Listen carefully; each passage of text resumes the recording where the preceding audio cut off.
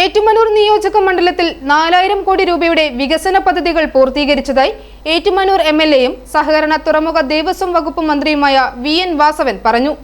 ഏറ്റുമാനൂരിലെ നെൽകർഷകർക്ക് താങ്ങായി നെല്ല് സംഭരണ കേന്ദ്രവും വിപണന കേന്ദ്രവും ഒരുക്കുമെന്നും ഏറ്റുമാനൂരിന്റെ ടൂറിസം മേഖലയുടെ പ്രാധാന്യം ഉൾക്കൊണ്ട് ഹെലിപ്പാഡ് നിർമ്മിക്കുമെന്നും ഏറ്റുമാനൂരിൽ IT പാർക്ക് സ്ഥാപിക്കുമെന്നും മന്ത്രി പറഞ്ഞു. ഏറ്റുമാനൂരിന്റെ സമഗ്ര വികസനം ലക്ഷ്യം വെച്ച് മന്ത്രി വി.എൻ. വാസവൻ നിലവിൽ ഏറ്റുമാനൂർ നിയോജക മണ്ഡലത്തിൽ 4000 കോടി രൂപയുടെ വികസന പദ്ധതികൾ പൂർത്തീകരിച്ചു.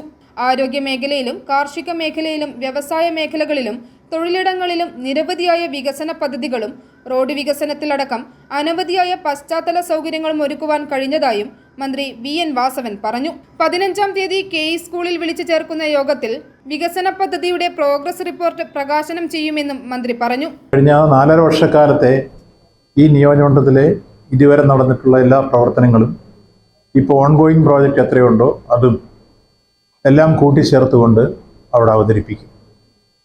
അതിൽ വീണ്ടും ഈ നിയോജകമണ്ഡലത്തിലെ എല്ലാ ജനപ്രതിനിധികളെയും അതേപോലെ തന്നെ പ്രധാനപ്പെട്ട രാഷ്ട്രീയ പാർട്ടി നേതാക്കന്മാരെയും പൊതുപ്രവർത്തകരെയും എല്ലാം ക്ഷണിച്ചിട്ടുണ്ട്.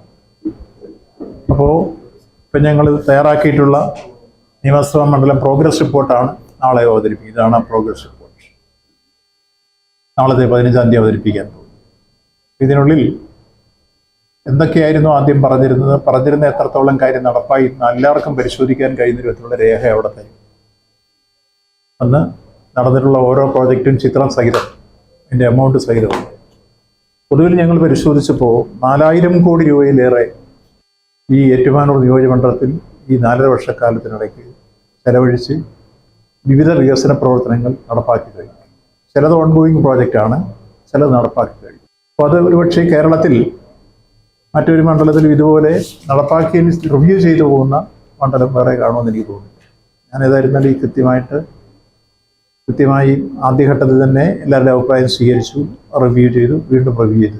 ഓരോ 2 വർഷക്കാലത്തിനുള്ളിൽ നടന്ന കാര്യങ്ങളൊക്കെ തന്നെ ബന്ധപ്പെട്ടവരെ ബോധ്യപ്പെടുന്നതിന് വേണ്ടി ജനങ്ങളാണല്ലോ ഈ കാര്യത്തിൽ അറിയാൻ അവകാശപ്പെട്ടവർ, അവരെ അത് ബോധ്യപ്പെടുത്താൻ ജനപ്രതിനിധികൾക്ക് ബാധ്യതയുണ്ട് എന്നുള്ള നിലയ്ക്കാണ് ഈ കാര്യം പ്രത്യേകമായി തീരുമാനിച്ച് ഞങ്ങൾ മുന്നോട്ട് വെച്ച് നടപ്പിലാക്കിയിട്ടുള്ളത്.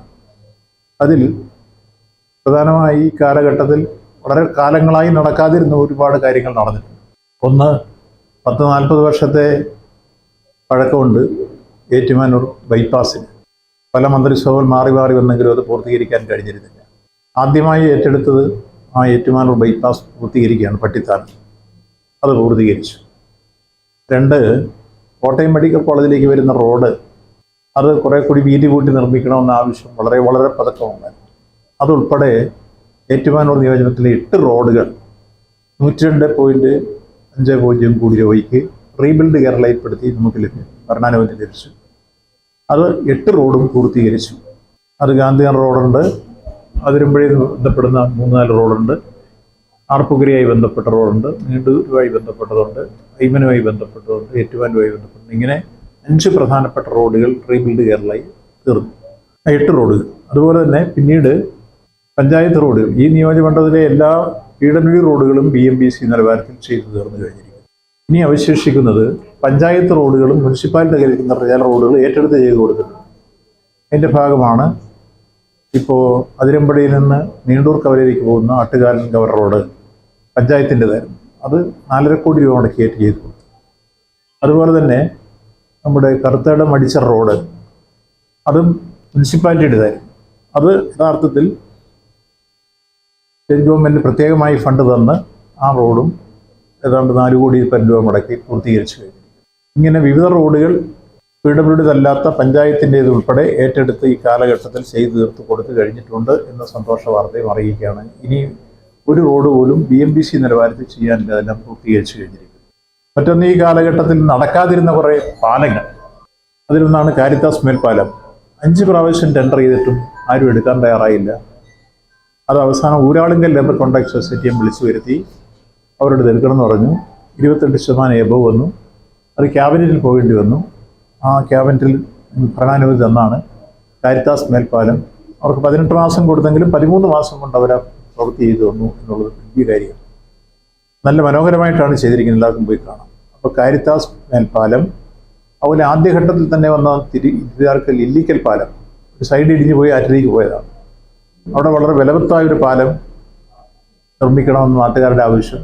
അത് കൃത്യമായി ആദ്യഘട്ടത്തിൽ തന്നെ ഏറ്റെടുത്ത് അതും ഏതാണ്ട് 18 മാസം കൊടുത്തിട്ട് 12 മാസം കൊണ്ട് ചെയ്തു തീർത്തത് ആ ഇല്ലിക്കൽ പാലം. പിന്നീട് കമ്പനിക്കടവ് പാലം 13 വർഷത്തെ പഴക്കമുണ്ടതിന്. പുതുപ്പള്ളി മണ്ഡലവും ഏറ്റുമാനൂർ മണ്ഡലവുമായി ബന്ധിപ്പിക്കുന്നതാണ്. അത് നടക്കാതിരുന്നതിൻ്റെ കുരുക്കുകളെല്ലാം അഴിച്ച് അതിപ്പോൾ പാലം തീർന്നു, അപ്രോച്ച് റോഡ് പണി തീർന്നുകൊണ്ടിരിക്കുന്നു, മാർച്ചിൽ ഉദ്ഘാടനം ചെയ്യാൻ. പിന്നീട് ഈ കാലഘട്ടത്തിൽ ഉദ്ഘാടനം നിർവഹിച്ചു കഴിഞ്ഞ പാലങ്ങളാണ് ഇപ്പോൾ പരിപ്പ് പാലം, ഒളശപ്പാലം, അതുപോലെ കുമരകത്തെ കോണത്താറ്റ് പാലം, ഇങ്ങനെയുള്ള പാലങ്ങളെല്ലാം ഈ കാലഘട്ടത്തിൽ തീർന്നിട്ടുള്ളതാണ്. 3 കാര്യം എൻ്റെ മനസ്സിലുള്ളത്. ഒന്ന്, ഏറ്റുമാനൂരിൽ തന്നെ ഒരെണ്ണം കൂടി ഞാൻ പറയാതെ പോയത്, നെല്ല് സംഭരണ സംസ്കരണ വിപണന സംഘം പ്രതിവർഷം 80,000 മെട്രിക് ടൺ നെല്ല് സംസ്കരിക്കാൻ കഴിയുന്ന 90 കോടി രൂപ മുടക്കി ഇപ്പോൾ നമ്മൾ പുതിയ ഫാക്ടറി തീരാറായി, മാർച്ചിൽ ഉദ്ഘാടനം ചെയ്യാൻ കഴിയും. മില്ലുകാരുടെ ദയാദാക്ഷിണ്യം കാത്തു നിൽക്കുന്ന കൃഷിക്കാർക്ക് ഏറ്റവും ആശ്വാസകരമായ ഒരു നടപടിയാണ് ആ കാര്യത്തെ. കൃഷിയിലും വ്യവസായത്തിലും അത്തരൊരു കാര്യം. മറ്റൊന്നിൻ്റെ മനസ്സിലുള്ളത്, ഒരു IT പാർക്ക് ഏറ്റുമാനൂർ കേന്ദ്രീകരിച്ച് വരണം എന്നുള്ളതാണ്. ഞാൻ അത് ആഗ്രഹിക്കുന്ന ഒരാളാണ്. മറ്റൊന്ന്, ടൂറിസത്തിന് വലിയ സാധ്യതയുള്ളതാണ് ഈ മണ്ഡലം. കുമരകവും ഐമനവും അറപ്പുക്കരയും നീണ്ടൂരും എല്ലാം ഉൾപ്പെടുത്തി. അതുകൊണ്ട് അവിടെ ഒരു ഹെലിപ്പാഡ് ഉണ്ടാവണം എന്ന ഭാവി ആശയം. അപ്പോൾ വിദേശികളും സ്വദേശികളുമായ വിനോദസഞ്ചാരികൾ, ഇന്ത്യയുടെ പ്രധാനമന്ത്രിമാർ, അതുപോലെ തന്നെ പ്രസിഡന്റുമാർ, ശ്രീലങ്കൻ പ്രധാനമന്ത്രി, G20 ഒക്കെ നടന്നൊരു സ്ഥലമായി കുമരകം മാറിയിരിക്കുന്നു. അപ്പോൾ അവിടെ അതിനനുസരിച്ച് പശ്ചാത്തല സൗകര്യം കൂടി വികസിക്കേണ്ടതുകൊണ്ട് ഒരു ഹെലിപ്പാഡ് ഉണ്ടാവണം, ഹെലികോപ്റ്റർ ഇറങ്ങാൻ. മറ്റൊന്ന്, ഒരു വാട്ടർ തീം പാർക്ക് പടിഞ്ഞാറൻ മേഖല കേന്ദ്രീകരിച്ച്, കുമരകവും ഐമനവും കേന്ദ്രീകരിച്ച് ധാരാളം ടൂറിസ്റ്റിന് വരവിനുള്ള സാധ്യതയുണ്ട്. പ്രോജക്റ്റ് ഞാൻ ഉണ്ടായിക്കഴിഞ്ഞിട്ടുണ്ട്. അത് കൊടുത്ത് ഈ കാര്യത്തിലേക്ക് ഒരു ഭാവി ലക്ഷ്യമാണ്. അപ്പോൾ IT പാർക്ക് വരുന്നതിൻ്റെ ഒരു ലക്ഷ്യമുണ്ട്. പിന്നീട് നമ്മുടെ വിവിധ തരത്തിൽ സ്വയം തൊഴിൽ കണ്ടെത്താൻ വേണ്ടിയുള്ള സംരംഭകരെ പ്രൊമോട്ട് ചെയ്യാൻ ആവശ്യമായ ഭാവി പ്രവർത്തനങ്ങൾ ലക്ഷ്യം വയ്ക്കുന്നുണ്ട്. ഒപ്പം നമ്മുടെ ഏറ്റുമാനൂർ പാലാ റോഡിലുള്ള ഇപ്പോഴത്തെ പുതിയ ബൈപ്പാസ് വന്നപ്പോൾ അവിടെയും കൂടെ ഒരു ഓവർ ബ്രിഡ്ജ് വന്നാൽ, ഒരു ഫ്ലൈ ഓവർ വന്നു കഴിഞ്ഞാൽ ഏറ്റുമാനൂരിൻ്റെ കുരുക്ക് മറ്റേ ഇത് വന്നപ്പോൾ തന്നെ പകുതിയിലേറെ കുറഞ്ഞിരുന്നു. അത് നടപ്പാക്കാനുള്ള ലക്ഷ്യമുണ്ട്. മറ്റൊന്നൊരു റിംഗ് റോഡൂടെ നടപ്പാക്കണം എന്നുള്ള ആഗ്രഹമുണ്ട്. അതിൻ്റെ ഇപ്പോൾ കുറ്റി വെച്ച് തുടങ്ങി കാലോടുപ്പ് ആരംഭിച്ചു കഴിഞ്ഞിട്ടുണ്ട്. അത് നടപ്പാക്കും എന്ന കാര്യമാണ് സൂചിപ്പിക്കാറുള്ളത്. i4e news, Ettumanoor.